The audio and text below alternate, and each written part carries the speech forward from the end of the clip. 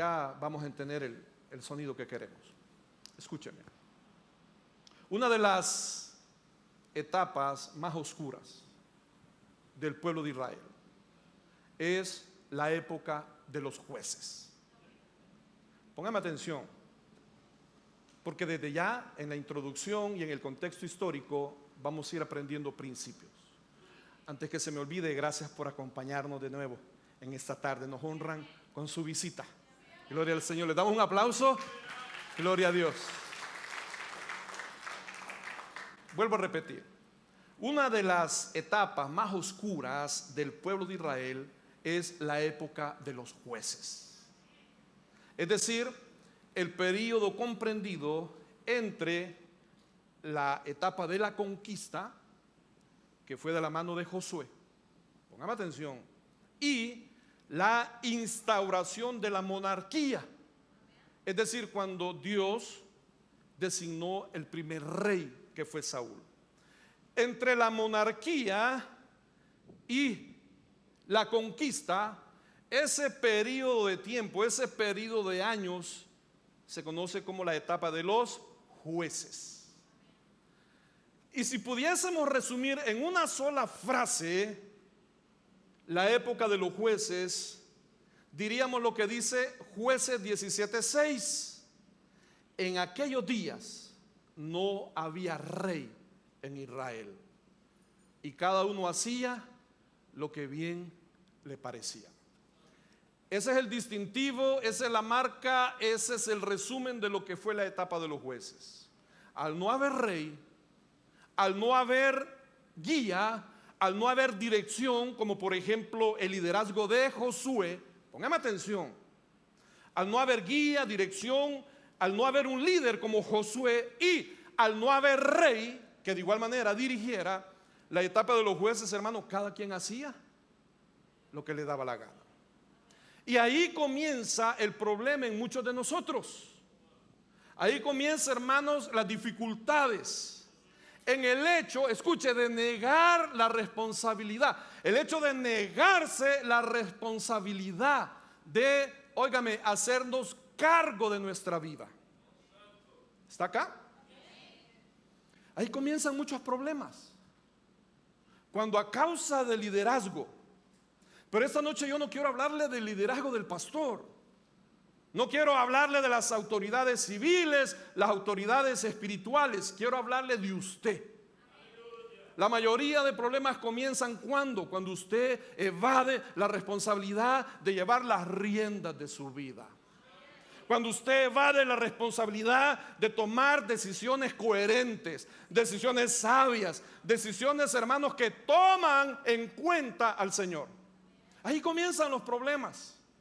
Ahí comenzaron los problemas para el pueblo de Israel. Ahora, escuche esto. A Dios no se le escapa nada, hermano. A Dios no se le va por alto nada. Y una de las formas de corregirnos es permitir que se levanten situaciones en nuestra vida. Si usted piensa que Israel podía hacer lo que le diese la gana y salir campante y sonante, se equivoca. El hecho de hacer lo que uno quiere trae un precio, trae una consecuencia, trae, mi hermano, resultados. Y al Señor no se le va nada. En el caso de Israel, ¿sabe? Permitió que los enemigos de Israel se levantaran. ¿Para qué? Para hacerle la vida imposible. Ahí entran los madianitas. Estoy ubicándolo en el contexto. Vaya por favor al libro de Josué en el capítulo 6 versículo 1. Ahí entran los madianitas, porque usted dirá, pastor, ¿y de dónde salen los madianitas? ¿Por qué ese afán de hacerle la vida imposible a Israel? ¿Por qué ese odio? ¿Por qué ese afán de perjudicarlos? Ok, Dios tenía su propósito. Usted dirá, ¿y por qué esta situación en mi vida? ¿Por qué este problema? Y vea lo que dice Josué 6, 1 y 2. Dice, los hijos de Israel hicieron, ¿qué dice? Lo malo ante los ojos de Jehová. ¿Y cuál fue la consecuencia? ¿Cuál fue el resultado? Siga leyendo Jueces 6:1. ¿Cuál fue el resultado? Ayúdeme. ¿Qué dice? Y Jehová los entregó en manos de Madián por ¿cuántos años? 7 años. Ahí lo tienen en la pantalla. Nadie peca deliberadamente. Nadie conduce su vida de la manera como quiere.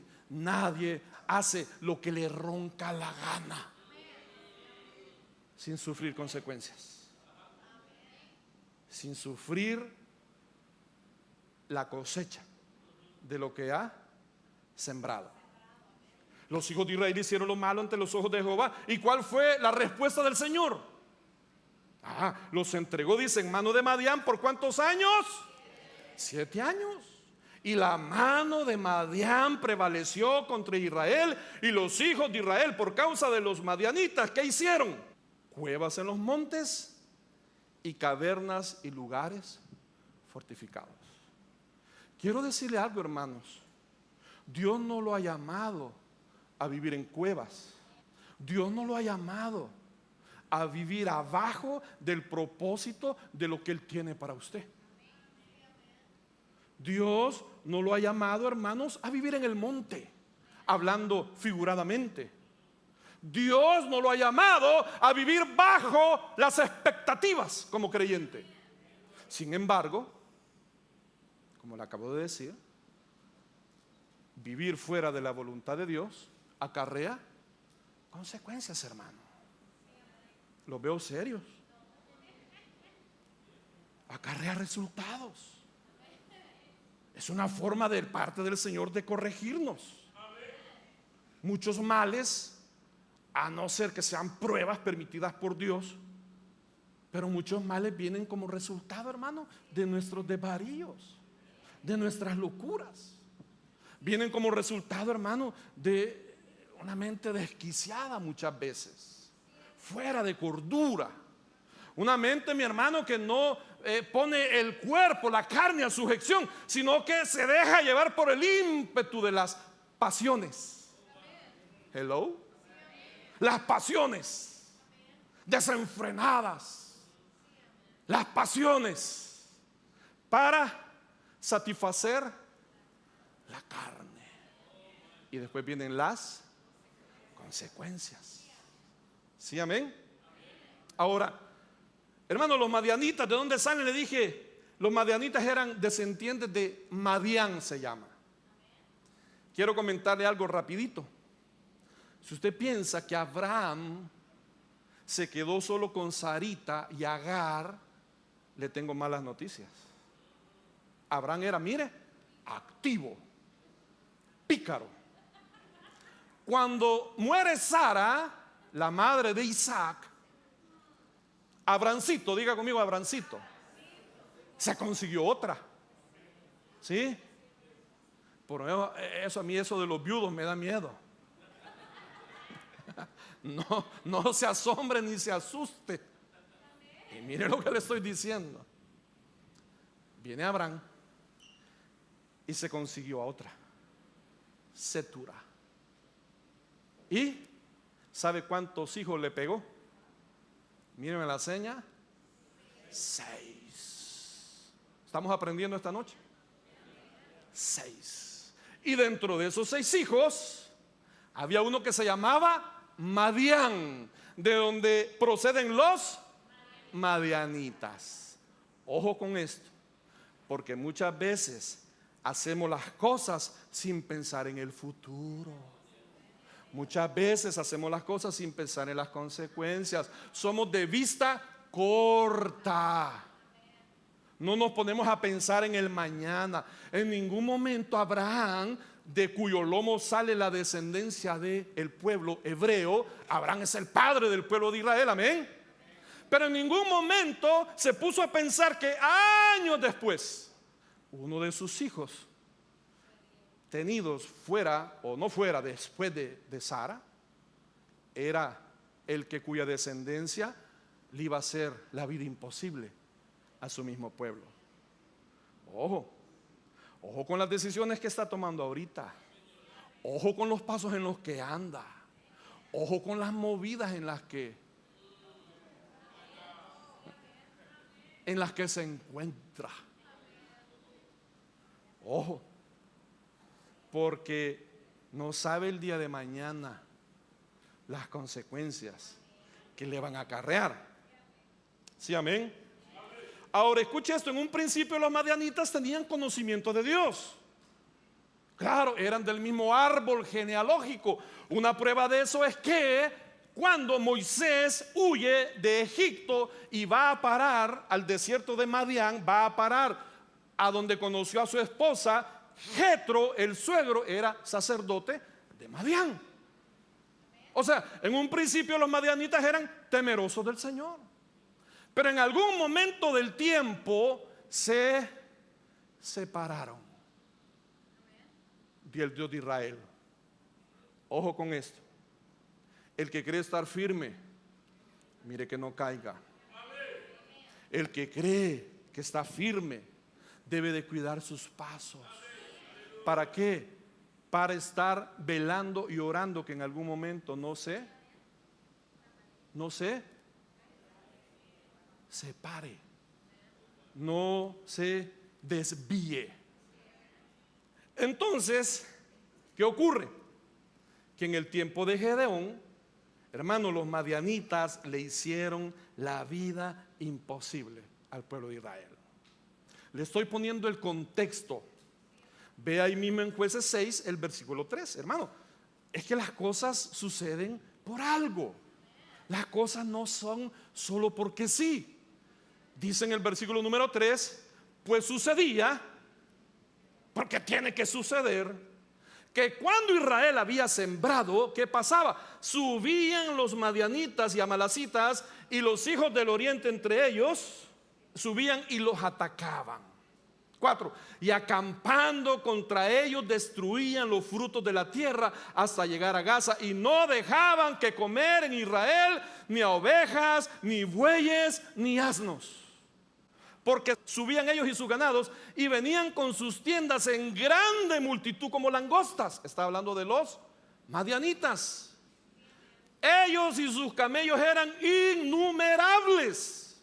Así venían a la tierra, dice, para devastarla. Quiero decirle algo. El diablo vino a matar, robar y destruir. El diablo vino para hacerle la vida imposible. El diablo vino, mi hermano, para robarle y desviarlo del propósito de Dios para su vida. El diablo no vino a jugar, no vino a coquetear. El diablo vino, hermano, con el propósito de ¿qué? De hacernos perder. Ahora ve el 6. De este modo empobrecía Israel, dice, en gran manera, por causa de Madián. Pero aquí viene el punto de inflexión. Aquí viene el punto de inflexión. El punto donde cambian las cosas. ¿Qué dice el versículo 6? Y los hijos de Israel clamaron a Jehová. Quiero decirle algo, hermano. Mire, y esta noche no le voy a juzgar, no le voy a cuestionar. Cada quien sabe los pasos en los que anda. Yo no pretendo usurpar el papel y la obra del Espíritu Santo, siguiéndolo, averiguándole su vida, en qué pasos anda, cómo se conduce, cómo es su vida en lo personal, cómo es su vida en lo privado. Hermano, eso no me compete a mí. Mi trabajo es mostrarle la palabra, enseñársela. Pero algo sabré decirle, y no entiendo, pero ¿por qué esperar que las cosas se empeoren? ¿Por qué esperar 7 años para clamarle al Señor? ¿Por qué esperar tanto tiempo para tomar cartas en el asunto? ¿Por qué esperar, mi hermano, hasta llegar al hecho de vivir en el monte, vivir en cuevas? ¿Por qué llegar al hecho, como dice la palabra, de empobrecer grandemente? Para reaccionar, para tomar acción, para hacer algo. ¿Por qué esperar a que las cosas empeoren y estar ya, hermano, contra las cuerdas? Estar, mi hermano, mordiendo el polvo. Para reaccionar, para activarse, para, mi hermano, reflexionar y decir: esta no es la vida que yo merezco, esta no es la vida que yo soñaba, esto no es lo que esperaba. eso no es como yo quiero vivir. No es como yo quiero vivir. Sin embargo, el punto de inflexión es el versículo 6. Cuando, diga conmigo, al fin. Al fin, hermanos. Israel hizo lo que tenía que hacer desde un principio y es lo que usted tiene que hacer a partir de ahora. Clamarle a Dios. Porque si no incluimos a Dios, hermanos, nada va a cambiar. Se lo puedo asegurar, se lo puedo aseverar. Si no incluimos a Dios, si no tomamos en cuenta a Dios, y parecería trillada la expresión, nada va a ocurrir, nada va a acontecer, nada va a pasar. Porque ante el clamor del pueblo de Israel, Dios levantó nuevamente un juez cuyo nombre era Gedeón. ¿Sí, amén? Ahora, escuche bien esto. Dios utiliza los procesos para refinarnos. Amén.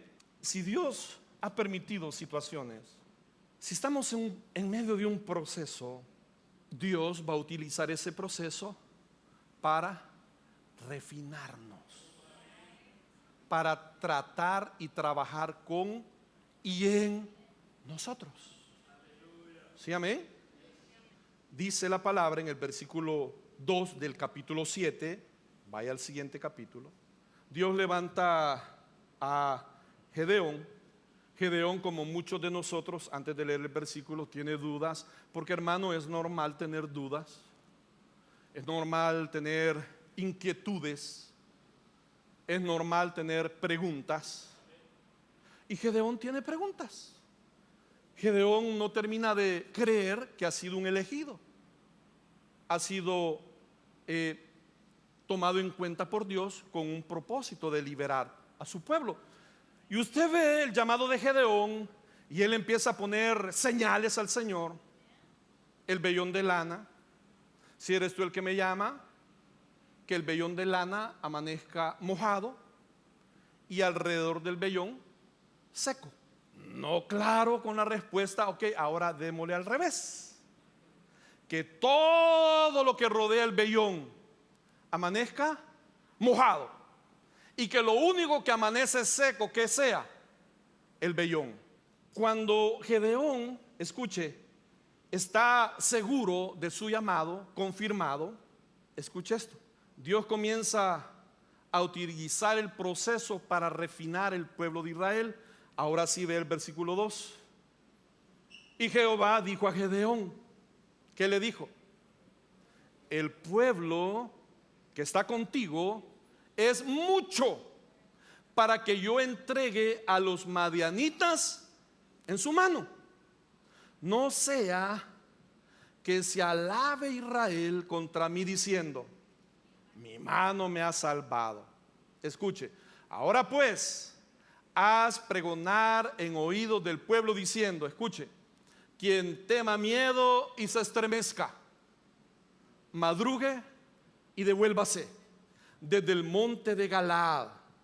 Y se devolvieron de los del pueblo, ¿cuántos? 22,000. ¿Y cuántos quedaron? Significa que en un principio el pueblo de Israel, o los guerreros o los soldados, ¿cuántos eran? Eran 32,000. Pero ¿qué le dije? Dios nos procesa, nos refina en los procesos. Dios necesita depurar al pueblo, porque Dios quiere llevarse toda la gloria. Dios no quiere que quepa duda de que la victoria la ha dado Él. Si dejaba 32,000 guerreros, podía correr el riesgo que ellos se creyeran que por su fuerza, por su astucia, por su pericia habían ganado. ¿Sí? ¿Está siguiéndome? Entonces, ¿qué hace? Depura. Y de 32 se van 22,000. ¿Y cuántos quedan? 10,000. Pero ¿qué es lo primero que le dice a Gedeón?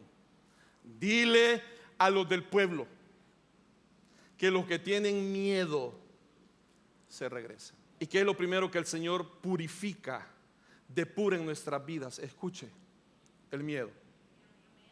lo primero que debemos de sacar de nuestros corazones, de nuestras vidas, es el miedo. El miedo. El miedo, escuche, el miedo lo esclaviza. El miedo lo detiene. El miedo lo estanca. El miedo es un tirano. El miedo, mi hermano, le impide avanzar en el propósito divino para su vida.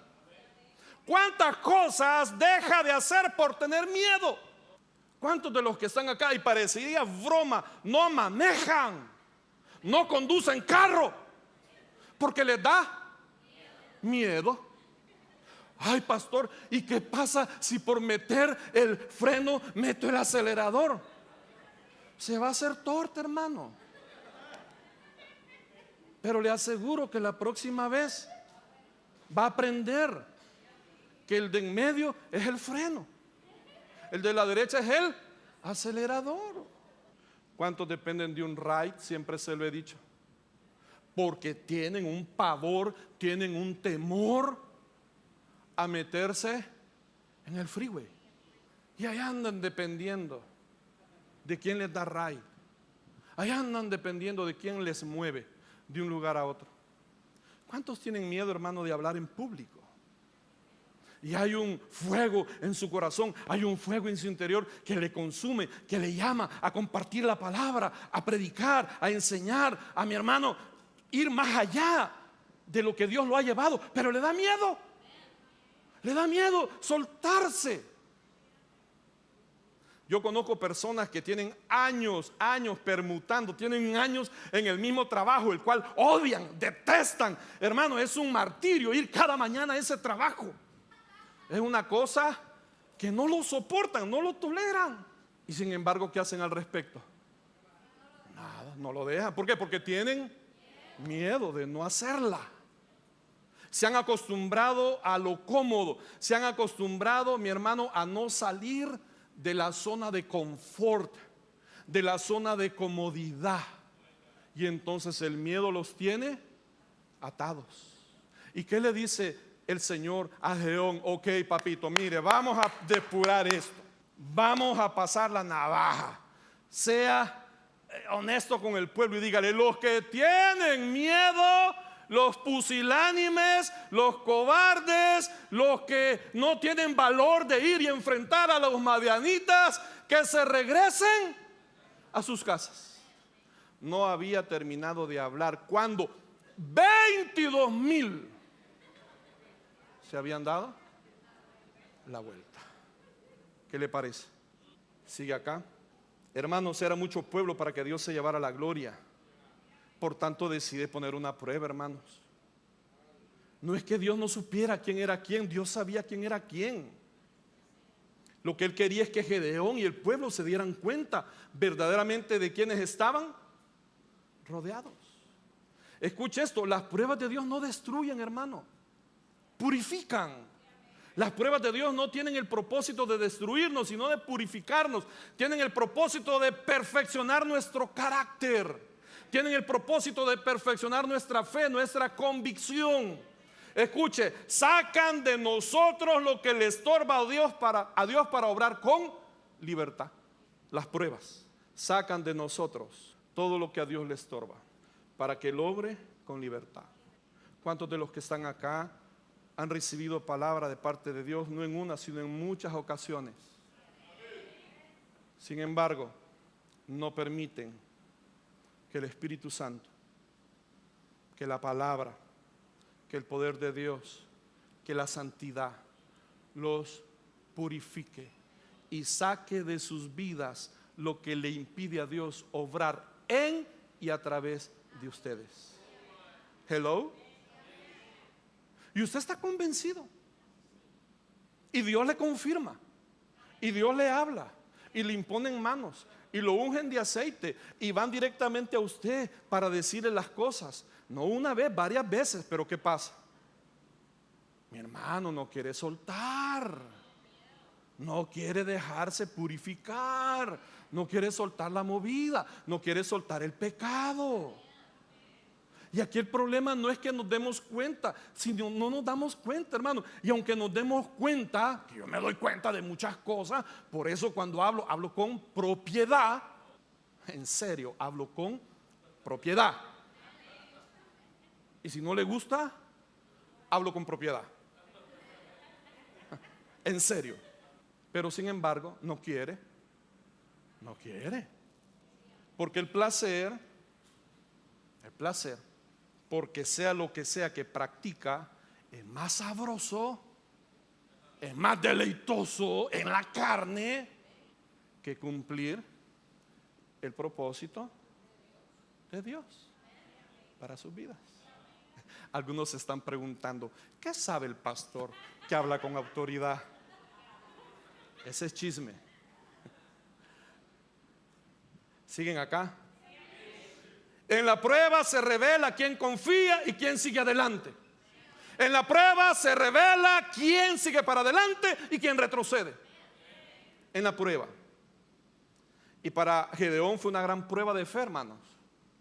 No es lo mismo tener 32,000 hombres listos para la batalla que le mengue 22,000 y quedarse solo con 10. Pongámoslo en términos prácticos. No es lo mismo tener en la bolsa $40,000 para hablar fuerte que tener 100 pesos. ¿O es lo mismo? No es lo mismo. No es lo mismo.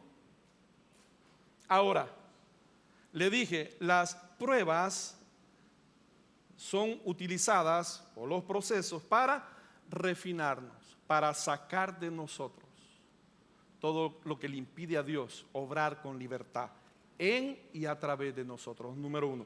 Número 2, aquí la cosa se pone mejor.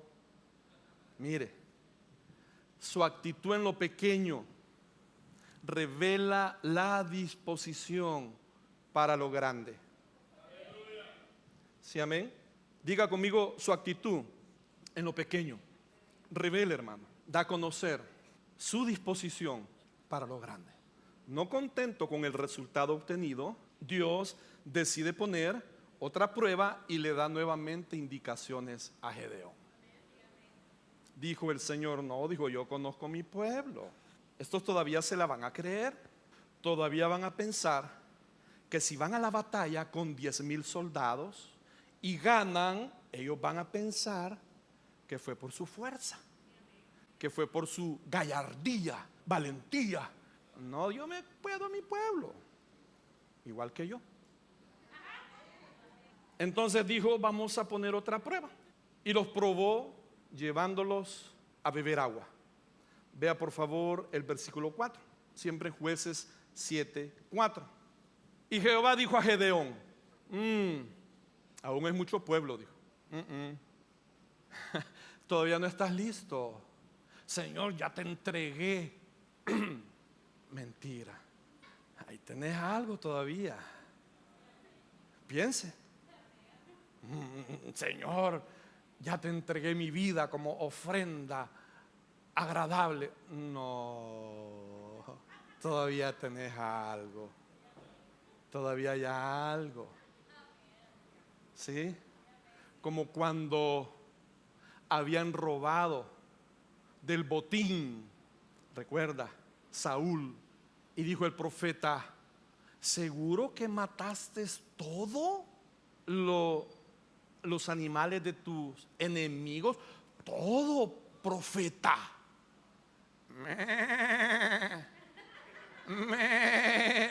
Excuse me, le dijo el profeta, ¿qué es ese bramido que oigo? ¿Ah? No, le dijo, es que guardamos algo para entregarlo en ofrenda al Señor. El Señor no quiere sacrificio, quiere obediencia. Entonces dijo el Señor, no, es mucho pueblo, vamos a hacer algo. Lea conmigo el 4. Llévalos a las aguas, ahí te lo voy a probar, y del que yo te diga, vaya este contigo, ese va a ir. Mas de cualquiera que yo te diga, este no va contigo, ese no va a ir. Entonces llevó el pueblo a las aguas y Jehová dijo a Gedeón, cualquiera que lamiere las aguas con su lengua, como lame el perro, a aquel pondrás aparte. Asimismo, a cualquiera que se doblare sobre sus rodillas para beber. ¿Cuál era la prueba? Llévalos al arroyo y que beban agua. El que se agache y lama el agua como el perro, en el original hebreo es el que haga el sonido que hacen los perros para tomar agua. ¿Sí? ¿Se ha fijado? Ese aparte. Pero el que doble sus rodillas y lleve la mano al agua y en posición alerta, velando, pendiente, ese vas a poner aparte. ¿Me está siguiendo? ¿Sí, amén? Ahora, ¿qué nos enseña esto? Escúcheme, póngame atención. A simple vista parecería un detalle insignificante, pero escuche, en lo pequeño se revela el corazón. Un detalle tan insignificante como, escúcheme, doblar las rodillas en cuclilla y llevar la mano al agua, al arroyo para beber. Algo tan insignificante, algo tan cotidiano de la vida diaria. Revela, ¿qué? Revela lo que verdaderamente hay en su corazón. La manera en que actuamos en lo cotidiano muestra si estamos listos para grandes cosas. Cuando somos fieles en lo poco. Porque para usted parecerá que nadie se fija la hora a la que viene y cómo pasa los trapeadores en medio de las bancas. Y usted dirá, nadie lo reconoce, el pastor nunca se me ha acercado a darme las gracias. De veras, lo siento, me disculpo. Pero arriba hay alguien que está viendo. Arriba hay alguien que está observando. Arriba hay alguien que está viendo cómo los detalles pequeños de lo cotidiano, cómo lo insignificante para el hombre es de gran realce para Dios. Y Él no se queda con nada. Eso revela el amor que hay en su corazón, la devoción. Eso revela, mi hermano, el corazón que hay por Dios. Porque quien es descuidado en lo mínimo va a ser descuidado en lo máximo. Porque usted quiere ir y poner orden en la vida de las personas a través de la palabra. Y no es capaz ni de ordenar su cuarto cada mañana. Usted quiere convertirse en profeta de las naciones y proclamar el evangelio de las buenas nuevas. Pero no es ni capaz de hablarle a sus compañeros de trabajo acerca de Cristo. ¿Me está siguiendo? No es capaz de orar con todo el corazón por sus hijos que aún no vienen a Cristo, sus familiares, porque se ha creído, y está bien, que Dios tiene grandes cosas para usted, pero no pone atención a los detalles pequeños, a su testimonio. No se pone a pensar que la misma palabra que va a predicar con su lengua desde un altar a través de una plataforma es la misma lengua que habla mal del prójimo. Es la misma lengua que critica, juzga. Es la misma lengua que suelta sin rienda, despotricando, hablando, criticando, señalando, juzgando al prójimo. Esa misma lengua que usted quiere utilizar grandemente para exaltar al Dios de la gloria y predicar el evangelio, es la misma lengua que le va a impedir que la gente crea en lo que usted está haciendo. Porque quien es descuidado en lo mínimo va a ser descuidado en lo máximo. Escucha, hermano, la puntualidad.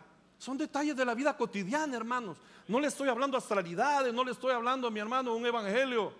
La puntualidad en su trabajo, en la iglesia, en sus compromisos. El orden en su vida, en sus finanzas, en su casa. No vayamos tan lejos, en su carro, mi hermano. Basta abrir la guantera para denotar el carácter que se manda. Y cuando digo carácter no me refiero a su forma de reaccionar, no, me refiero a su templanza, su orden.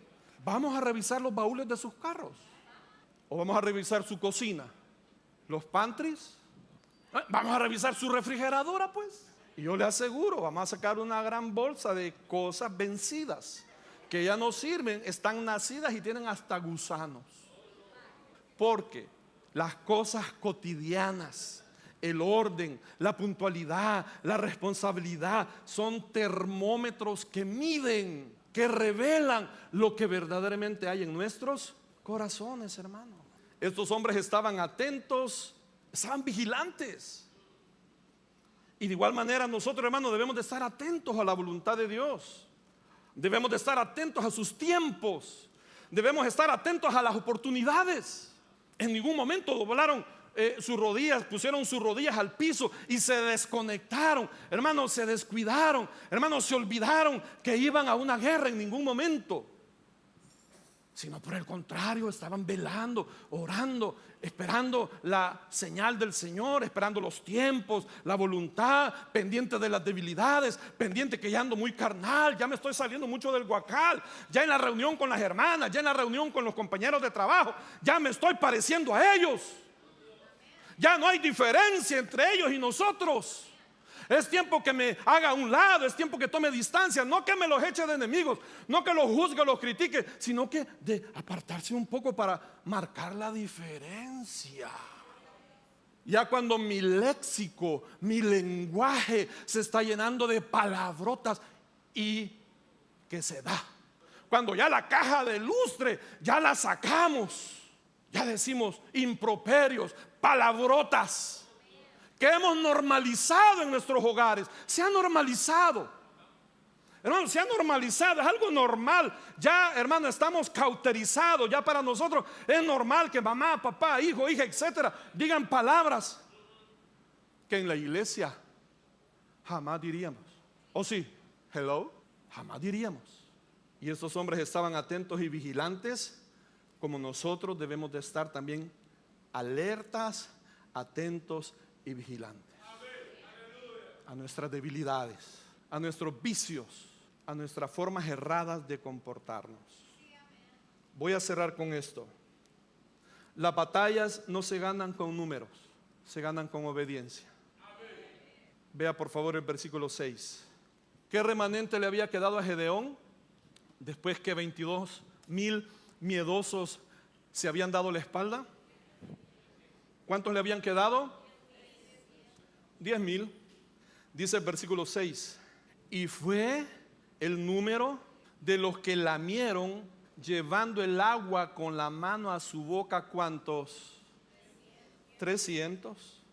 Y todo el resto del pueblo se dobló sobre sus rodillas para beber las aguas. Bebieron como los chuchos, o sea, como firulais. 9,700 personas lamieron el agua y solo 300 lo hicieron como Dios esperaba que lo hicieran. El resultado fue sorprendente, hermano. ¿Sabe de cuántos estaba compuesto el ejército de los madianitas? ¿Sabe cuántos eran? 132,000. 132,000 guerreros. Eran como langostas. Sus camellos y sus caballos eran innumerables. 132,000. Pero las batallas no se ganan con números, las batallas se ganan con obediencia, las batallas se ganan siguiendo las instrucciones del Señor, sometiéndonos a Él. ¿Sabe cuál era la proporción de hombres? 440 madianitas para un solo judío. Amado pueblo, esto no es cuento. Esto no es el universo de Marvel. Esto no es el universo de los superhéroes, de Batman, Superman, Capitán América, los Cuatro Fantásticos, Hulk, la Mujer Maravilla, Linterna Verde, etcétera, etcétera, etcétera. Esta es la verdad de Dios, hermanos. Esta no es leyenda, esto no es fábula. Estos son hechos reales. Estos son hechos que acontecieron. Estos son hechos que la historia, la geografía, la Biblia, mi hermano, respaldan, aseveran que son ciertas. Y el mismo Dios de aquel tiempo es el mismo Dios al cual adoramos ahora. El Dios que dio la victoria a un pueblo que tenía que batallar, un hombre contra 440. Es el mismo Dios que ahora está de nuestro lado, que pelea nuestras batallas, que va delante de nosotros, que no nos desampara, no nos deja solos, pelea por nosotros. Es el mismo Dios, hermanos. Es el mismo Dios. Dios solo necesitó 300 hombres que confiaran y obedecieran. Su victoria no está en tener los mejores abogados, el mejor buffet, la mejor barra de, óigame, de abogados. Su victoria no está en ir a la corte con un juez que aprueba el 90% de casos de manera favorable. Su victoria no está en una corte cuyo juez o cuyo jurado está lleno de latinos. Su victoria está en las manos del Dios de la gloria. Ahí está su victoria. Amén, gloria a Dios. Yo esta noche quiero decirle, mire, no se desanime si en su familia, en su trabajo o aún en la iglesia no todos están comprometidos. No se desanime. Quizás usted sienta que brega contra corriente porque es el único en su casa, es el único en su trabajo, es el único en su familia. Mi hermano, ¿sabe lo que pasa? Quizás usted sea de esos 300 que Dios quiere utilizar para cambiar su entorno, para que Él sea glorificado, para que Él sea exaltado. ¿Sabe cuál es la conclusión? Del versículo 19, y usted puede leerlo en su casa, del capítulo 7, del versículo 19 hasta el final del capítulo 7, vemos la sorprendente victoria que Dios le dio a Israel a través de Gedeón. Vaya y léalo en su casa y se va a dar cuenta cómo de manera, mi hermano, fuera de lo normal, fuera de la razón, fuera del sentido común, fuera de la lógica, llevando una lámpara llevando una vasija de barro con una lámpara adentro y gritando. Óigame, Dios confundió a los madianitas y los hizo pelear entre ellos. Los confundió. Se hicieron emboscada entre ellos. Y por si fuera poco, amada iglesia, no solo venció al ejército, sino también capturó y desvivió a sus reyes y a sus príncipes. O sea, de raíz arregló el problema.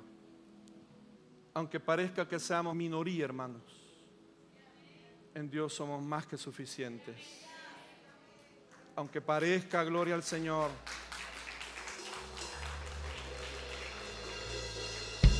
que carece de los recursos o tiene los recursos limitados,